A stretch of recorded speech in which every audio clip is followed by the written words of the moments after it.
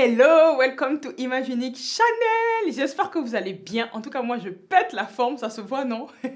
Dans cette vidéo, je vais répondre à une question qui revient toujours par rapport au mannequinat, c'est comment préparer sa reconversion après le mannequinat. On entend tout et rien et du coup, je trouve que c'était hyper important. Si ça t'intéresse, c'est tout de suite après le générique.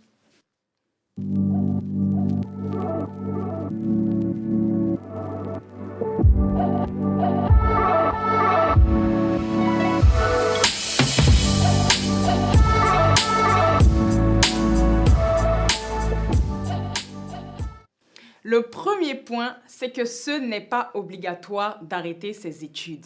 J'entends ça souvent, mais ce n'est pas obligatoire. Tout est question de choix de vie, de conviction et bref, de ce qu'on a envie. En général, les parents préfèrent qu'on continue et c'est compréhensible parce qu'ils se disent oui, mais après le mannequinat, qu'est-ce que tu vas faire? Et donc, ça peut les rassurer. Aussi, je connais plusieurs mannequins avec qui j'ai travaillé et qui font du 80% donc à l'école et 20% elles gardent pour le mannequinat, c'est un loisir. En gros, c'est pendant les vacances qu'elles vont être plus sur le mannequinat. Par contre, ce qu'il faut savoir, c'est que le mannequinat est une activité qu'on veut se lancer à plein temps, qui demande vraiment d'être prêt à se déplacer à tout moment, qui demande vraiment en fait de ne pas chercher à rester dans ta zone de confort, de sécurité. Donc, c'est évident, là, je ne vais pas vous mentir, que si vous voulez faire carrière, si vous voulez vraiment vous développer et que vous faites des études à plein temps, ça va être difficile. Pourquoi? Parce que c'est simple. Il y a des semaines où vous n'avez rien. Pendant une semaine, tu peux être chez toi et tu n'as rien, tu ne fais rien. Tu es chez toi à la maison. Et du jour au lendemain, comme ça, tu peux avoir énormément de demandes de casting, plein de jobs qui tombent. Supposons que tu es en cours et on t'appelle, là, le client, il veut te voir tout de suite, tu fais comment? Donc, c'est juste qu'il faut savoir que si tu fais le choix de continuer tes études, le mannequinat va être tout simplement un passe-temps et tu ne vas pas pouvoir le faire à 100%. Et d'ailleurs, les agences vont, il faut juste leur dire en fait, quand tu dis que ta priorité, c'est les études, bah, naturellement, ils ne vont pas te pousser, ils ne vont pas te mettre sur tous les jobs. Il faut être totalement OK avec ça parce qu'en même temps, vous ne pouvez pas attendre ça d'eux. Par contre, si vous leur dites que non, vous voulez vraiment essayer de faire quelque chose, là, ils vont vous pousser. Moi, j'ai fait les deux en fait. Au début, quand j'ai commencé le mannequinat, c'était un loisir. Clairement, j'ai été repérée, mais c'était un loisir. Je n'avais pas encore la vision de je vais en faire professionnellement. Et c'est au fur et à mesure, en fait, j'en ai fait pendant 3 ans en loisir que j'ai commencé vraiment à sentir que j'avais quand même quelque chose à faire, que je pense qu'il y avait quelque chose de plus profond à creuser parce que j'ai vu ce que ça fait sur moi. Et j'ai finalement trouvé une agence. Et j'étais en fin d'études, j'étais en BTS. J'allais passer mon BTS. Et je peux vous dire que j'ai vu que c'était archi difficile de gérer les deux. Parce que des fois, on m'appelait. Je ne pourrais jamais oublier cette anecdote où je venais à peine de rentrer. Et l'agence me dit, Cindy, il y a Promode qui est intéressé. Ils te veulent pour la prochaine campagne. Mais genre vraiment affichage. Et quand tu commences, c'est le truc de fou. Malheureusement, c'était le jour où je passais mon examen. Donc, forcément, à choisir entre les deux, tu fais des études quand même depuis un certain temps. Donc, j'ai dû abandonner, j'ai dû sacrifier cette campagne-là. Mais c'est juste un exemple, une anecdote pour vous montrer que, naturellement, si vous faites des études, ça dépend de quel type d'études, ça risque d'être difficile d'associer les deux. J'ai une connaissance qui, justement, a 2 passions. Elle veut absolument exceller dans le droit, je crois qu'elle veut être avocate. Et elle veut aussi exceller dans le mannequinat. Je pense que vous savez tous que les études de droit, ça prend énormément de temps. C'est un peu comme médecine et autres. Ben, comme elle est jeune, je lui ai simplement dit, finis ta carrière de droit et puis ne t'inquiète pas que tu pourras plus tard te reconvertir, tu pourras plus tard en fait faire du mannequinat et même peut-être associer ce que tu auras appris dans le droit pour aider parce qu'on a vraiment besoin à ce niveau-là. Donc c'est vraiment encore une fois de plus à vous de choisir. Et puis souvent ce que j'aime dire aux filles, c'est il y a différents types de profils, on est unique, image unique. Il y a des personnes qui sont vraiment faites pour apprendre sur le tas qui sont théoriques, c'était mon cas. Et comme je vous ai dit, et c'est ce qui va introduire le deuxième point, je sentais que j'avais quelque chose à faire et que c'était dans le mannequinat que j'allais me trouver, que j'allais savoir en gros pourquoi je suis sur cette terre. Parce que je vous dis toujours qu'on n'est pas là pour rien, on a une mission. Chacun ici a une mission dans un secteur particulier. D'autres, ça va être dans la beauté, d'autres, ça va être ailleurs. Donc vraiment, c'est juste une question en fait de connaître son profil et d'autres personnes sont beaucoup plus théoriques et ont besoin de faire justement de longues études et d'aller à l'école. Donc, par exemple, pour enchaîner sur le deuxième point, le mannequinat peut révéler ta mission de vie. Je connais énormément de filles où ça a été le cas et c'est moi-même mon expérience. Pour faire court, j'aurai l'occasion de vous partager mon histoire plus en détail. Mais pour faire court, j'ai jamais voulu être mannequin depuis toute petite. Mais j'ai toujours été attirée par tout ce qui est beauté, tout ce qui est image et tout ce qui est capillaire. Si vous me connaissez, vous savez que je parle beaucoup des cheveux. Petite, c'était mon jeu favori. Je m'imaginais en fait en train d'embellir les femmes. Et c'est par le mannequinat que cette passion-là est vraiment, en fait, cette envie-là est vraiment s'est révélée. Et moi, j'étais quelqu'un, j'avais pas du tout confiance en moi. Si vous me connaissez adolescente, tous ceux qui me connaissent aujourd'hui et qui me voient prendre la parole, là, ils comprennent pas. Hein. Ils me disent, Cindy, tu ne pouvais pas parler devant les gens. Même en BTS, je pouvais pas. Qu'est-ce qui s'est passé? Et ça, je peux vous dire que c'est la photo. C'est à force de faire des photos, à force de me retrouver à l'image, que tout ça s'est révélé, en fait. Parce que je dis souvent que sur une photo, tu peux mettre les émotions d'une personne. Tu peux voir si elle est blessée. Tu peux voir, clairement, tu peux voir son intérieur. Et à force de faire des photos, c'était comme une thérapie. Moi, j'associe la photo à la thérapie. Et c'est comme ça même que j'ai réussi à oser prendre la parole, prendre position sur certains sujets derrière ma caméra. Mais si j'étais pas passée par le mannequinat, je pense qu'aujourd'hui, je serais pas là, en fait, en train de parler. Et donc, c'est vraiment le mannequinat qui m'a aidé à révéler ma mission de vie. Et il faut savoir que moi, après le bac, j'ai eu mon bac en 2012. Je me suis cherchée pendant 4 ans. J'ai tout essayé. Je n'aimais pas. Sans mentir, je faisais pour faire. C'était genre métro, boulot, dodo. Mais j'avais cette voix intérieure et cette conviction qui me disait, tu essaies tout ça, mais tu sais que là où tu vas te développer, c'est dans l'image, c'est dans le mannequinat. Essaie, en fait, n'écoute pas ce qu'on te dit. Et pourtant, je peux vous dire que mes parents n'étaient pas forcément rassurés, en fait. Essentiellement, ma mère, mais mon père, il me disait, vas-y. Mais donc, c'était difficile. Et à un moment, après mon BTS, j'ai tout simplement dit, stop, moi, je teste le mannequinat pendant 2 ans. Et si dans 2 ans, je n'avance pas, maman, je reprends mes études, en fait. J'ai mis cet ultimatum, j'ai dit, je reprends mes études, mais donne-moi juste 2 ans. Et si en 2 ans, je fais des campagnes, j'avance, je continue. Dieu merci, elle a accepté. Et justement, au bout de 2 ans, j'ai commencé quand même à faire des campagnes. Et j'ai vraiment compris, c'est là qu'est née toutes les idées que vous voyez que je suis en train de faire. Ceux qui me suivent depuis un moment savent que j'avais créé une première association qui s'appelle Aïka et qui avait justement pour but de promouvoir la beauté noire et métissée dans l'industrie de la mode parce que j'ai été confrontée à ces mêmes dictates, le fait que oui, tu as trop de formes et consorts. Et je voulais vraiment parler de la diversité. Suite à cette association-là, j'ai eu encore cette idée de cette chaîne-là que vous regardez aujourd'hui. Et si à un moment, je n'avais pas décidé d'arrêter mes études et de tester, de me dire, OK, je me donne cette opportunité, cette chance d'essayer et on verra où ça m'envoie, peut-être que je serais passée à côté de la mission de ma vie. C'est pour ça que je vous dis souvent que on a différents profils et le chemin de A ne sera pas le chemin de B. Certains ont vraiment besoin de continuer les études, d'autres non. Et ce n'est pas forcément mauvais. Le troisième point, c'est que rien ne t'interdit de retourner sur les bancs de l'école après la carrière. Ça, c'est vraiment une idée aussi qu'il faut qu'on arrête parce que dans la société, on nous fait croire que pour faire des études, c'est seulement si tu es jeune. C'est genre, après 25 ans, si tu n'as pas de diplôme, c'est mauvais. Mais combien de femmes, au-delà même du mannequinat, je connais, qui te disent qu'à 30 ans, à 35 ans, elles sont retournées sur les bancs de l'école parce que justement, elles ont compris ce qu'elles voulaient vraiment faire et elles ont décidé tout simplement de se perfectionner.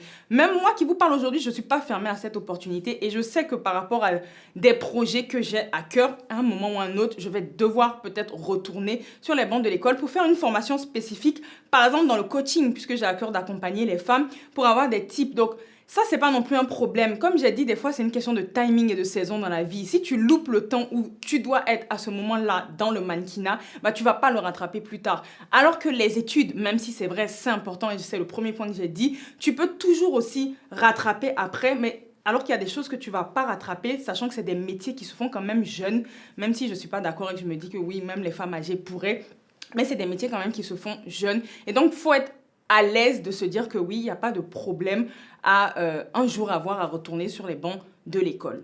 Le quatrième point, ce serait, ça rejoint un peu mon deuxième point, c'est ce que j'ai dit tout à l'heure, mais c'est observe l'industrie dans laquelle en fait tu évolues, donc en l'occurrence le mannequinat, et vois comment tu peux aider en fait, comment tu peux, quel est le plus que tu peux apporter parce que ça je l'ai dit dans plusieurs vidéos, tu n'es pas que mannequin en fait. Qu'est-ce que tu as de plus, même dans le personal branding je l'avais dit, qu'est-ce que tu as de plus que les autres mannequins? Qu'est-ce que toi tu peux apporter de plus?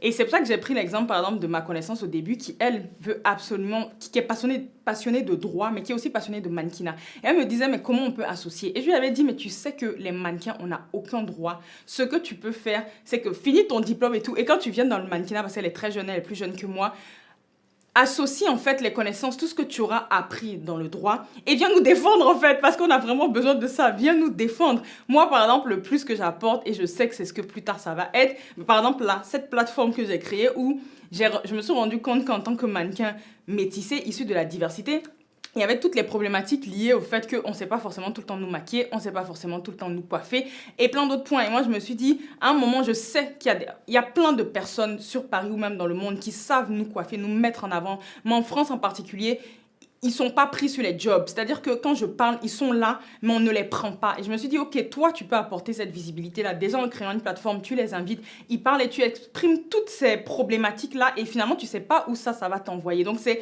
une solution à ce niveau-là. Et même au-delà, je vais vous donner par exemple des exemples pour terminer de mannequins top modèles comme d'autres moins connus qui ont réussi à se reconvertir. Donc, par exemple, je pense à Flora, qui n'a pas été mannequin, mais Flora Coquerel, qui a été Miss France 2014. Donc, c'est toujours le secteur de la beauté, de l'image. Et aujourd'hui, elle est créatrice de contenu, elle est ambassadrice pour certaines marques. Je pense par exemple à Clarins. Et elle a aussi créé son association Kelina, que je vais vous montrer. Et qui est une association donc, qui a pour but de soutenir les secteurs de la santé et de l'éducation au Bénin. Là, récemment, je sais qu'elle a ouvert la première maternité. Alors, je ne sais pas s'il y a des images. Oui, là, on voit la première maternité. Donc, ce que j'essaie de vous faire comprendre, c'est que les métiers de l'image sont des métiers qui vous donnent énormément de visibilité. Même si vous n'êtes pas une top modèle, vous pouvez avoir de la visibilité et surtout, votre portefeuille, pas client, mais comment je peux dire, genre, tous les contacts que vous pouvez avoir, il faut les garder parce que c'est des personnes qui peuvent vous aider demain par rapport à la mission. Donc, là, j'ai cité Flora, mais on a également Sonia Roland, que je pense que vous connaissez tous, qui a été également Miss France et qui a été pendant de nombreuses années, je pense qu'on l'a tous vu, ambassadrice de Mixa. Et là également, qui a créé son association pour les enfants au Rwanda, mais également en Afrique, d'autres pays africains.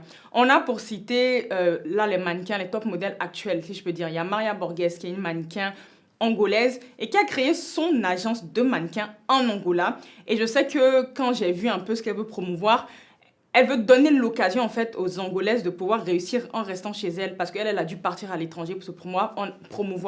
On a également Mélie Tiako. Mélie Tiako, on a le même métissage, je crois, elle est franco-ivoirienne ou libanaise, je ne me rappelle plus exactement.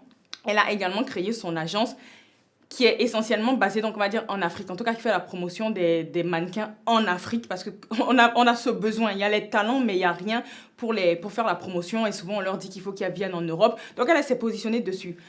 Au-delà même de ces filles qui sont de ces top modèles, on a d'autres qui sont plus lambda. Il y en a une que je connais, on a le même âge, Hélène, qui a créé l'association Sims. Je vais vous montrer, j'encourage toutes les mannequins en tout cas à suivre cette association. Et elle justement, c'est le cas typique où elle a continué ses études en même temps qu'elle faisait du mannequinat. Et je sais qu'elle était quand même dans une grande agence, hein, il me semble qu'elle a été chez Elite. Donc, ça montre que c'est possible. Et aujourd'hui, son association, c'est un service d'écoute et d'accompagnement des mannequins. Donc, elle faisait ses études dans le social. Et aujourd'hui, elle met ça au service pour les mannequins. Donc, si tu te sens seule, tu peux leur parler. Et elle travaille en collaboration avec une autre mannequin, Megan, qui, elle, a fait des études de psychologie. Donc, qui a fait les deux également. Et qui s'est spécialisée en psychologie du corps. Le rapport avec le corps dans le milieu du mannequinat, c'est quelque chose. Donc, sur leur page, il y a plein d'informations et plein de réunions, de rencontres Zoom qu'elles organisent une fois par mois sur certaines thématiques et où tu peux échanger en fait sur toutes les problématiques qu'on peut rencontrer, le couple, la grossesse, la maternité, tout. Et c'est vraiment très intéressant. Donc, c'est des exemples que je vous ai montrés de reconversion. Et le dernier point, les filles, épargner. Absolument. C'est ce qui va faire la différence. Ça seulement, c'est un conseil que mon père m'a dit dès que j'ai commencé. Et depuis toujours, il m'a dit, Cindy, quand tu gagnes, tu mets plus de la moitié de côté parce que c'est ce qui demain va te permettre de te reconvertir si tu as des idées de création de marque, si tu veux également reprendre tes études. Donc, sois sage, mets de côté. Et l'erreur que certains mannequins font, c'est que quand tu cartonnes, c'est un métier qui peut te faire brasser des millions. Celles en tout cas qui cartonnent et tout. Et souvent, elles se disent que c'est beaucoup, elles peuvent dépenser. Donc, certaines, malheureusement, vont dépenser dans des choses futiles, tout ce qui va être soirée et autres. Elles se retrouvent, on a eu des témoignages comme ça, hein, elles se retrouvent à la fin de leur carrière et elles sont ruinées. Et d'autres, tout simplement, qui vont épargner. Et moi, je vous recommande, vous avez le droit de vous faire plaisir, mais épargnez parce que c'est ce qui va vous aider pour la suite. Donc, la conclusion, c'est que le mannequinat, comme j'ai dit, est un milieu qui donne une bonne visibilité de fou et il ne faut pas avoir peur de se servir de cette notoriété pour la suite.